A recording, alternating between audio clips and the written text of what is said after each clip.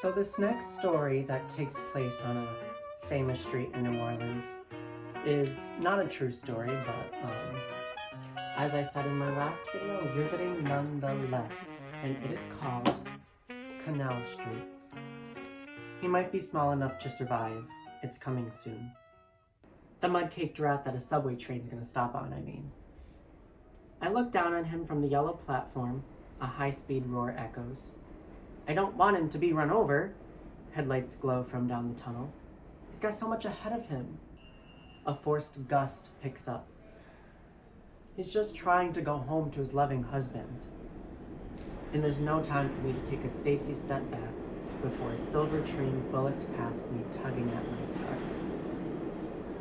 I step back now before the speeding train takes my scarf and drags me next first alongside it, and I continue to step back until my coat, wet from snowfall, hits the subway tiles.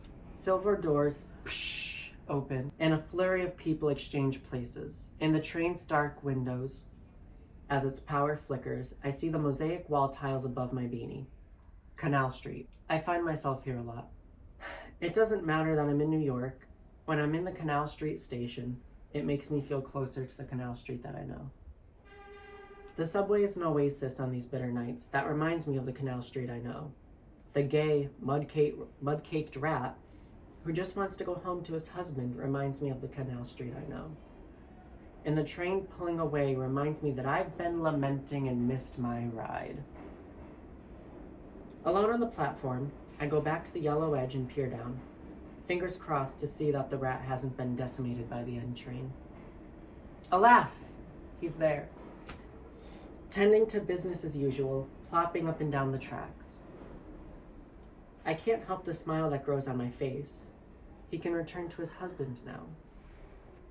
But unlike him, I won't survive in return to my husband. Also, I don't have a husband. I probably could have had one, but I left that potential husband and took to New York instead of staying in New Orleans and living in bliss with him. Pathetic, that's what I am.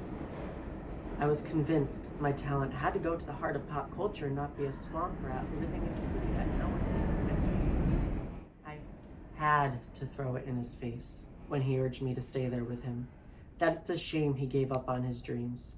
I crossed my arms and shook my head at him. It's a shame we met with such hopes together, and only one of us actually wants to see them through. I said a lot more too, but reminding myself of it twists a knife in my heart that I stabbed there myself. I couldn't have been bothered to understand that he had to stay. He's bound by the net of a stable job. It becomes clearer to me as each day passes that both being discovered and rekindling the flame I doused are such unattainable dreams that you'd think they're the American dream. I do have one more dream, though, which I could easily attain. The dream of simply standing on the tracks, like the rat I'm watching dance in the sewage. He doesn't return my calls anymore, or texts, and he also doesn't like the pictures I post of me seemingly living out my New York City fantasy without him. He doesn't fall for the facade, and neither do I. I could go home, but how could I make myself look into his intoxicating eyes and face the man who I hurt? I hold my foot over the expanse above the tracks. It hovers there as I try to let myself fall, hoping I break an ankle or something to keep me down. Then, the sultry hum of a saxophone across the subway interrupts my motions. I catch myself from falling with a jump-start heart, like I'd just been caught doing something bad. And with my 2 feet back on the yellow edge, I gaze across all the tracks to the opposite platform where the person sways with their saxophone. Solemn jazz fills the concrete oasis. Of all jazz instruments, the saxophone. The one he used to play at all the local bars, the Spotted Cat, Three Muses, everything up Frenchman Street, with the occasional booking of a fancy restaurant in the quarter. Those occasional bookings in the French Quarter gave him a taste of his dreams for playing for grand music halls. The gleam in his eyes when he'd book one of those, It filled me with something rare. Love for someone other than myself. Anyways, the next train is coming, and with this new ambiance, at least I can feel some sort of comfort as I jump in front of it. When I glance down the tunnel, I don't see yellow headlights. Rather, there's a silvery gleam dancing on the walls of this concrete jungle.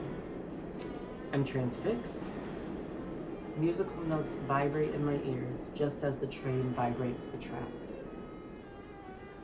As it illuminates the tunnel, I'm not sure if it's the tears in my eyes making the train's lights gleam like that, or if it's just doing that. I'm still standing there as it slows in front of me, feeling no need to step back.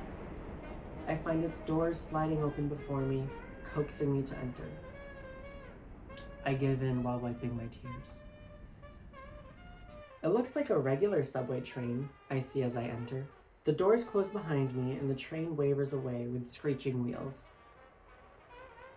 There's those red dot signs for the next couple of stops, but they're all black right now. This may be the cleanest train I've sat in. It's even clean of people, so I could have left the tears streaking my face. As I sit, sniffling my running nose, I notice the saxophone hasn't dulled into nothing. In fact, it sounds as if it's playing through the intercom speakers with static in its notes now. Scrunched brows and wandering eyes try to understand why every surface in here seems so hazy. As we begin to barrel down the dark tunnel, squealing jazz grows in tempo, and the gleam of the train pulsates into beams of light in my eyes. What the fuck is going on? Nerves tingling, heart thumping. Am I going to die? This isn't what I wanted earlier. The lights flicker a second of darkness in which red dots light that sign with next stop Canal Street. Am I seriously the only one on this train? I get up and run, keeping my balance against the wavering floor, to the door that connects to the other train cars. But when I get there, my hands pressed against the glass, I see nothing but a dark tunnel streaked with effervescent light. I whip around, my head spinning like I'd just been roofied. The lights flicker again. I'm pressed and consumed by the alternating darkness and growing lights. Vivacious jazz encases me. The wavering and screeching of the subway train skips to something more wobbly and clunky, which trips me. There's a jazz rave going on around me, and I can feel it squishing me like gravity on Earth has just increased 10 times. But it pulses with the lights and darkness, like I'm pumping through the heart of something. A squealing brass band buzzes in my eardrums, excited bees. My vision blurs, or is the floor really fading? And a ringing overcomes my senses as I descend into unconscious.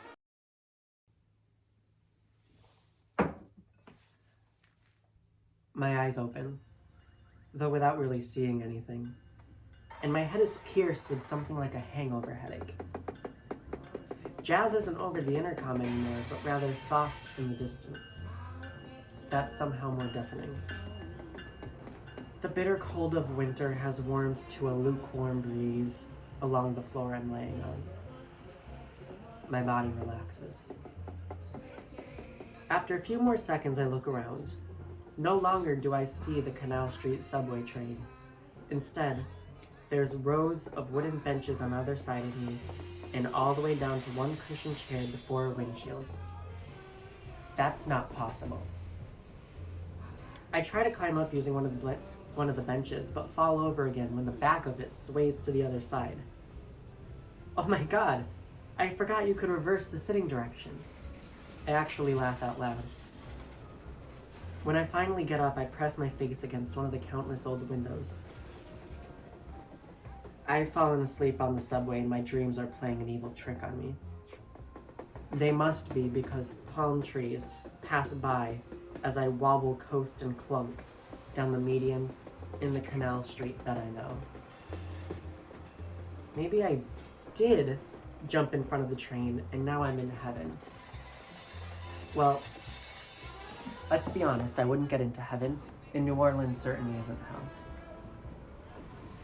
Glancing down, I squeeze the window releases and push it all the way up. I am hit with river-swept air, less swampy right now than its notoriety. My face is flushed, probably flushed as red as the streetcar I gaze down at. There's a fading luminescence in the red paint. I pull off my beanie and my scarf falls to the pavement, left in the dust. Looking back up as the repurposed building fronts of Canal Street drift by, I'm like Rose on the bow of the Titanic. I'm flying, Jack. The wind stops blowing beanie static from my hair, and the yellow-paned glass door of the streetcar opens up. I hop out and meander forward to another street that I know. It has a beginning not unlike a modest street in New York, except here, saxophones, trombones, and gallon bucket drums are carried in the breeze. I must be delusional, I say while taking off my coat. But then, a certain mud-caked rat falls to the ground. I have to stop for a moment, trying to process something that I don't think can be rationally processed. The rat dances around the stamped metal in the sidewalk that says Royal. This street could lead me right to the door of the man I love and who I beg still loves me. I suck my lip in, anxiety telling me to bite down hard. I even turn around to catch the first streetcar back to the subway, but it's gone, and I see no others all the way up and down this long street. Facing Royal Street again, I see the gay rat taking its time down the sidewalk. When I step forward, it scurries faster. I let it lead me. The street into the French Quarter turns from gray buildings to quaint and colorful homes that are squeezed between brick mansions from the 1800s. Their iron-laced balconies arch over the sidewalks and overflow with plants that dangle above my head as I pass over them. The parties that carry on a few streets over return left. Through this jungle of iron lace and French doors, I follow that rat. Before I know it, the rat has crawled into one of those old grates in the stoop of his small yellow house.